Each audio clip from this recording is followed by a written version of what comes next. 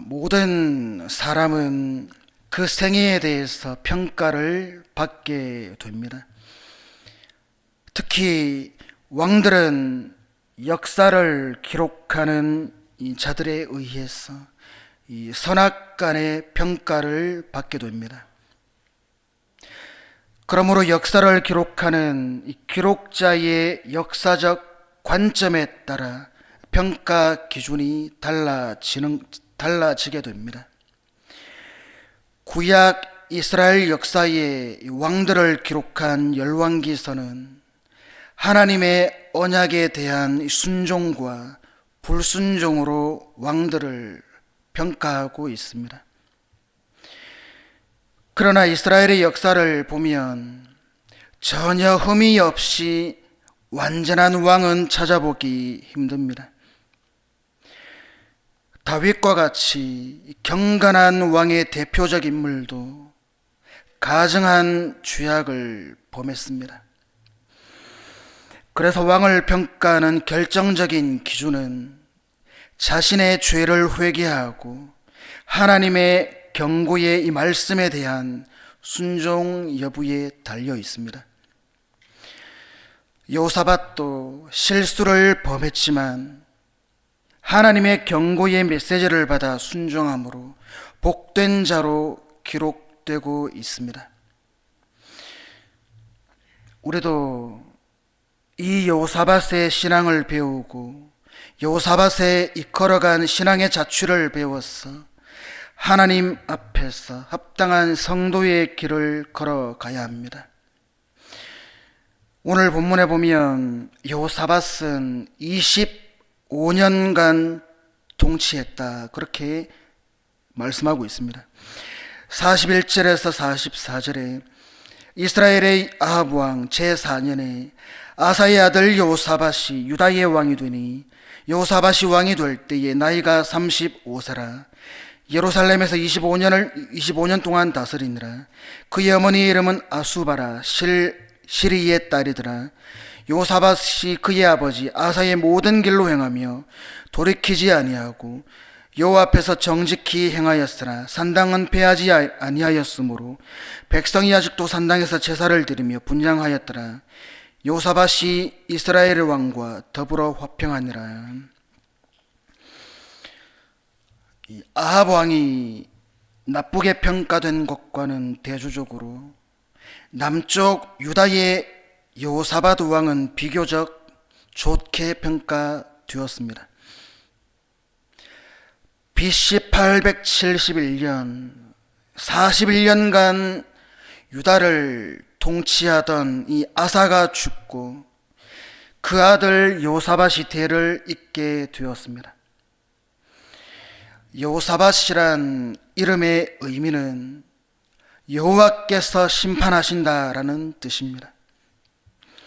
그 이름처럼 여호사밧은 여호와를 경외하는 신앙으로 살았습니다. 25년간 유다를 통치하면서 철저한 개혁을 수행했습니다. 여호사밧의 어머니는 실히의 딸 아수바였습니다. 여호사밧은 60세까지 왕으로 통치했는데 당시 왕들의 평균 수명이 약 40세인 점을 감안하면 장수한 왕입니다. 여호사밧 왕은 악을 일삼던 이 북이스라엘의 아합 왕에 비하면 매우 선한 통치자였습니다. 아사와 같이 여호와 앞에서 정직히 행했으며 모든 견고한 성읍에 군대를 주둔하게 해서 군사력을 증대했습니다. 그러나 반면에 그가 잘못한 일도 성경은 기록하고 있습니다. 먼저는 일부 산당을 철폐하지 않아 여전히 백성들이 그 산당에서 제사를 드리면서 분향한 일입니다. 여호사밧의 아버지인 아사도 종교개혁에 앞장섰으나 이 산당만은 피하지 않았는데 이 여호사밧도 마찬가지였습니다. 사사시대 이후 산당에서 드리는 예배는 이스라엘의 종교 생활과 깊이 결부되어 있었기에 이 성전 건립 이후에도 존재했던 것입니다. 따라서 당시 산당이 이스라엘 백성의 생활에 얼마나 깊이 영향을 미쳤는지 잘 보여주고 있습니다. 아무리 유능한 통치자라 해도 실수하지 않는 사람은 없습니다. 유능한 인간 왕의 부족함을 볼 때 우리는 완전한 우리의 왕 예수 그리스도를 사모하게 됩니다. 그리고 두 번째로 이 악한 왕 아합과 군사 동맹을 맺은 것입니다. 이스라엘이 북이스라엘과 남유다로 갈라진 후에 여호사밧이 즉위하기까지 60여 년 동안 이스라엘과 유다 사이에는 끊임없는 전쟁이 계속되었습니다. 그래서 여호사밧은 남북이 분열된 후로 날이 갈수록 이질화되어가는 이 민족의 단합을 도모하기 위해 노력했습니다. 그 일환으로 여호사밧은 아들 요람을 아합 왕의 딸 아달랴와 결혼시킴으로써 이스라엘 왕실과 사돈 관계를 맺고 군사 동맹까지 맺어 분쟁을 종식시키고 평화로운 관계를 유지한 것입니다. 여호사밧의 이와 같은 외교 정책은 남유다의 심각한 종교적 위기를 불러왔습니다. 그 뜻은 좋았으나 결과적으로 믿음이 없는 우상 숭배자와 관계를 맺음으로 이 남왕국은 우상 숭배의 영향을 받게 되었습니다. 아달랴는 다윗 왕과의 이 흐름을 단절시키는 사단의 도구가 되었고, 여호사밧은 아합과 동맹했기에 이 길르앗 라못 전투에 동행했다가 죽음의 위기를 간신히 넘기기도 했습니다. 오늘 본문에 보면 여호사밧 왕의 이 치적에 대해서도 기록되어 있습니다. 45절에서 47절에 여호사밧의 남은 사적과 그가 부린 권세와 그가 어떻게 전쟁하였는지는 다 유다왕 역대지락에 기록되지 아니하였느냐. 그가 그의 아버지 아사의 시대에 남아있던 남색하는 자들을 그 땅에서 쫓아내었더라. 그때에 에돔에는 왕이 없고 섭정 왕이 있었더라. 역대지략이란 바로 역대기를 말합니다. 역대하 17장부터 20장까지를 보면 이 여호사밧 역사가 상세하게 기록되어 있습니다. 여호사밧의 종교 정책은 그의 아버지 아사의 모든 길로 행하여 돌이켜 떠나지 않았다라는 것으로 요약됩니다. 여호사밧은 하나님의 뜻에 순종하기 위해서는 먼저 하나님의 말씀으로 교육받아야 한다는 생각이 있었습니다. 그래서 레위 사람, 제사장, 방백들이 각 성읍을 돌면서 백성들에게 율법을 가르치게 했습니다. 여호사밧은 신앙 개혁만 잘한 것이 아니라 생활의 개혁까지 국가적으로 일으켰습니다. 하나님이 보실 때 가증하고 부도덕한 남색, 쉽게 말해 동성연애하는 자들을 다 쫓아냈습니다. 다른 사람에게 사악한 범죄가 감염되지 않도록 한 것입니다. 여호사밧은 또한 에돔을 복속시켰습니다. 솔로몬 시대에 유다에 복속되었다가 독립한 에돔은 여호사밧의 힘에 의해서 다시 유다의 속국이 된 것입니다. 여호사밧은 유능한 정치력으로 하나님의 백성들을 잘 다스렸습니다. 그 배경에는 하나님의 지혜와 능력이 있었습니다. 하나님의 뜻대로 일을 해 나가니까 영향력을 행사할 수 있는 범위를 넓혀 주신 것입니다. 이처럼 참된 지도력은 여호와를 경외함으로 나오는 것입니다. 여호사밧은 또한 무역을 장려했습니다. 48절에서 50절에 여호사밧이 다시스의 선박을 제조하고 오빌로 금을 구하려 보내려 하였더니 그 배가 에시온 게벨에서 파선하였으므로 가지 못하게 되매 아합의 아들 아시야가 여호사밧에게 이르되 내 종으로 당신의 종과 함께 배에 가게 하라 하나 여호사밧이 허락하지 아니하였더라. 여호사밧이 그의 조상들과 함께 잠에 그의 조상 다윗 성에 그의 조상들과 함께 장사되고 그의 아들 여호람이 대신하여 왕이 되니라.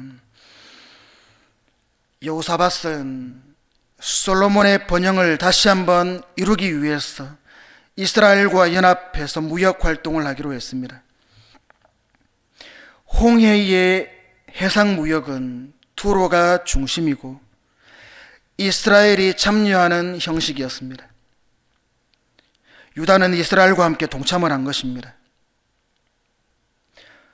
철물을 녹인다는 의미를 가진 다시스에서 배를 만들어 인도 해안으로 생각되는 오빌로 금을 구하러 보냈습니다. 여호사밧의 이러한 시도는 백성의 삶의 질을 높이고 통치자로서의 이름을 남기기 위한 것으로 볼 수 있습니다. 그러나 불신앙의 나라 이스라엘과 연합한 것은 잘못입니다. 오빌로 금을 구하러 간 배가 에시온 게벨에서 파선되고 말았습니다. 이로 인해 여로보암의 계획은 깨어지고 무산되었습니다. 해상무역은 큰 이득을 얻을 수 있는 사업이었지만 감수해야 하는 위험도 컸습니다. 이스라엘과 유다의 역할은 육로 수송을 책임지는 것과 배를 건조하는 인력을 제공하는 것이었습니다. 그런데 이스라엘의 통치권이 약화되면서 일꾼들이 문제를 일으켰을 가능성이 높습니다. 아합이 죽자 모압의 메사왕이 반란을 일으켜 독립했고 에돔도 이스라엘의 명령에 순순히 따르지 않았을 것입니다. 이러한 상황에서 선박을 건조하고 진수하는 일꾼들을 제대로 통제할 수 없었을 것입니다. 사실 배의 파선은 예고되어 있었습니다. 하나님께서는 유다에 이스라엘의 우상 숭배가 만연될 것을 염려하셨기 때문에 이 연합을 반대하셨습니다. 엘리에셀은 여호사밧이 북쪽의 악한 왕 아시야와 교제하기 때문에 여호와께서 왕에 지은 것을 파하실 것이다, 그렇게 예언했는데 그 예언이 실현된 것입니다. 여러분, 이것은 무엇을 말합니까? 하나님이 사랑하시는 자에게 엇길로 가지 못하도록 간섭하신 것입니다. 향락에 빠지지 않도록 막으신 하나님의 긍휼이 나타난 것입니다. 그때 아합의 아들이 와서 자기 나라의 기술자는 기술도 좋고 배도 좋으니까 같이 보내면 되지 않겠냐, 그렇게 제안을 합니다. 그러나 여호사밧은 그렇게 하지 않았습니다. 배가 깨어지는 것을 보니 가지 않는 것이 하나님의 뜻인 줄을 깨닫고 두려움을 느낀 여호사밧은 다시는 배를 만드는 데 동참하지 않았습니다. 여러분, 오늘 우리는 이 말씀을 통해서 아주 중요한 교훈을 얻을 수 있습니다. 바로 말씀을 따라 경계를 받는 지혜가 있어야 한다는 것입니다. 성도가 하나님 앞에서 바른 신앙의 삶을 살아가기 위해서는 하나님의 말씀을 쫓아 신앙의 선배들의 행위를 본받아야 합니다. 성경에서도 훌륭한 신앙의 인물들을 소개함으로써 성도된 우리가 어떻게 하나님께 순종해야 하며 그 결과가 무엇인가를 증거하고 있습니다. 성경에는 이렇게 역사적인 배경을 상세하게 기록하는 경우가 자주 나옵니다. 그것은 성경의 기록이 결코 호황된 신화와 같은 이야기나 어떤 사람이 상상으로 만든 작품 속의 이야기가 아니라 하나님께서 실제로 이 땅 위에 있었던 사건을 기록하심을 보여주기 위한 것입니다. 그래서 우리에게 그대로 믿음과 생활에 적용할 수 있는 것이라는 것을 가르쳐 주기 위한 것입니다. 성경은 기록의 역사성에 대해 강조하여 기록한 책이기에 이스라엘 왕들의 역사를 기록하면서 다윗의 길과 여로보암의 길로 나누어 왕들을 평가하고 있는 것입니다. 빌립보서 3장 13절에서 14절에 형제들아 나는 아직 내가 잡은 줄로 여기지 아니하고 오직 한 일 즉 뒤에 있는 것은 잊어버리고 앞에 있는 것을 잡으려고 표대를 향하여 그리스도 예수 안에서 하나님이 위에서 부르신 부름의 상을 위하여 달려가노라 말씀했습니다. 성경이 증거하고 있는 우리가 본받아야 할 완전한 인물은 예수 그리스도이십니다. 예수 그리스도는 완전한 하나님이시면서 완전한 인간이시므로 성도의 신앙생활의 목표가 되는 것입니다. 그리스도께서 보이신 십자가의 사랑은 우리가 이 세상의 삶 속에서 항상 본받아 행해야 할 신앙의 지표입니다. 그래서 사도 바울은 자신이 그리스도를 본받는 자 된 것 같이 자신을 본받으라 그렇게 명령했던 것입니다. 그렇기에 성도는 그리스도와 그리스도를 본받아 행한 신앙의 선배 행위를 본받아서 선한 자로 하나님께 평가를 받아야 합니다. 베드로후서 3장 9절에 주의 약속은 어떤 이들이 더디다고 생각하는 것 같이 더딘 것이 아니라 오직 주께서는 너희를 대하여 오래 참으사 아무도 멸망하지 아니하고 다 회개하기에 이르기를 원하시느니라. 인간은 순간순간 행위를 보고 사람을 평가하여 비난과 정죄를 행하는 경향이 있습니다. 그래서 아무리 경건한 신앙인이라 하더라도 한번 실수한 것이 사람들에게 드러나면 다시 회복하기가 힘든 것이 교회 생활입니다.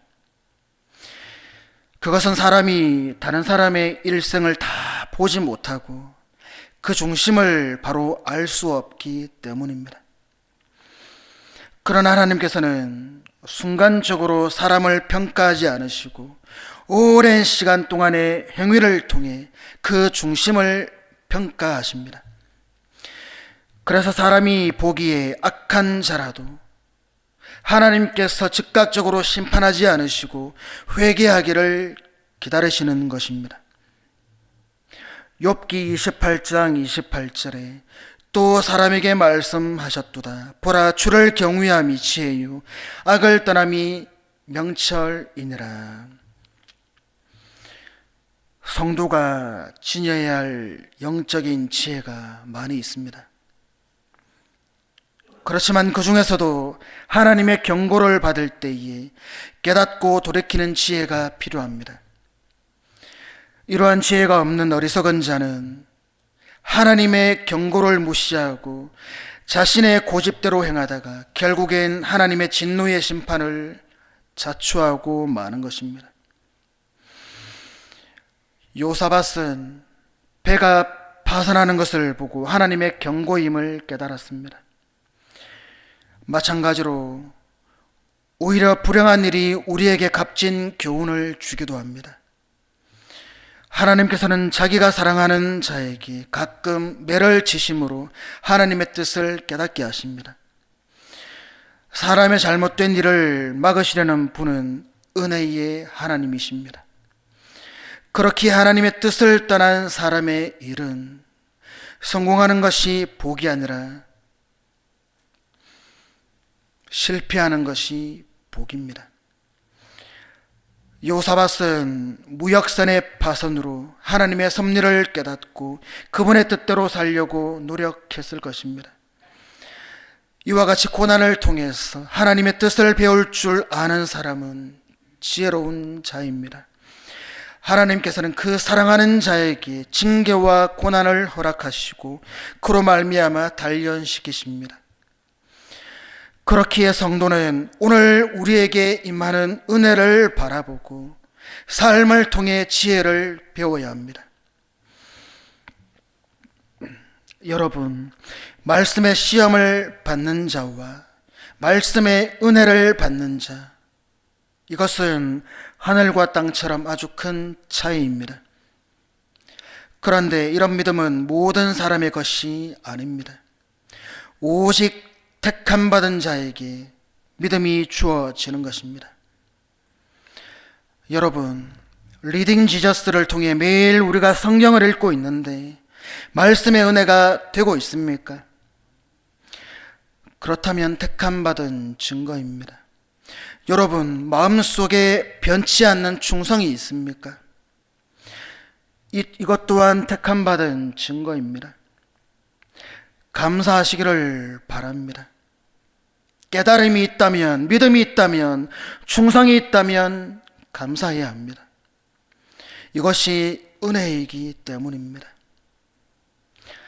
시편 143편 10절에 주는 나의 하나님이시니 나를 가르쳐 주의 뜻을 행하게 하소서. 주의 영은 선하시니 나를 공평한 땅에 인도하소서 말씀했습니다. 자신이 옳다고 믿고 행하는 일이라 할지라도 하나님의 뜻에 합당하지 않음이 발견되었을 경우에 즉각적으로 돌이켜 하나님의 뜻을 쫓는 순종의 자세를 지녀야 합니다. 예수님으로 인해서 죄로부터 자유해진 우리가 더욱 행복한 인생을 누릴 수 있는 비결은 바로 주님 안에서 은혜를 누리는 것입니다. 갈라디아서 5장 22절에서 23절에 오직 성령의 열매는 사랑과 희락과 화평과 오래 참음과 자비와 양성과 충성과 온유와 절제니 이 같은 것을 금지할 법이 없느니라. 여러분, 성령의 열매는 무엇을 의미합니까? 바로 내적인 변화로 인해서 나타나는 그런 선한 결과물들입니다. 하지만 이것은 우리의 노력으로 생기는 것이 아닙니다. 성령의 열매는 우리가 그리스도의 은혜 가운데 거하며 그리스도께서 우리를 통해 열매를 맺어주시길 간절히 간구할 때 바로 그때 맺히는 것입니다. 아담의 원죄에 있던 우리들은 예수 그리스도로 말미암아 자유와 구원, 새 생명을 얻었습니다. 우리 안에 죄가 죽음으로 우리는 새로운 피조물이 된 것입니다. 우리는 큰 은혜를 받은 사람입니다. 위로는 하나님을 사랑하고 옆으로는 이웃, 사람을 사랑함으로 이 땅에서 하나님의 은혜를 누릴 수 있는 것입니다.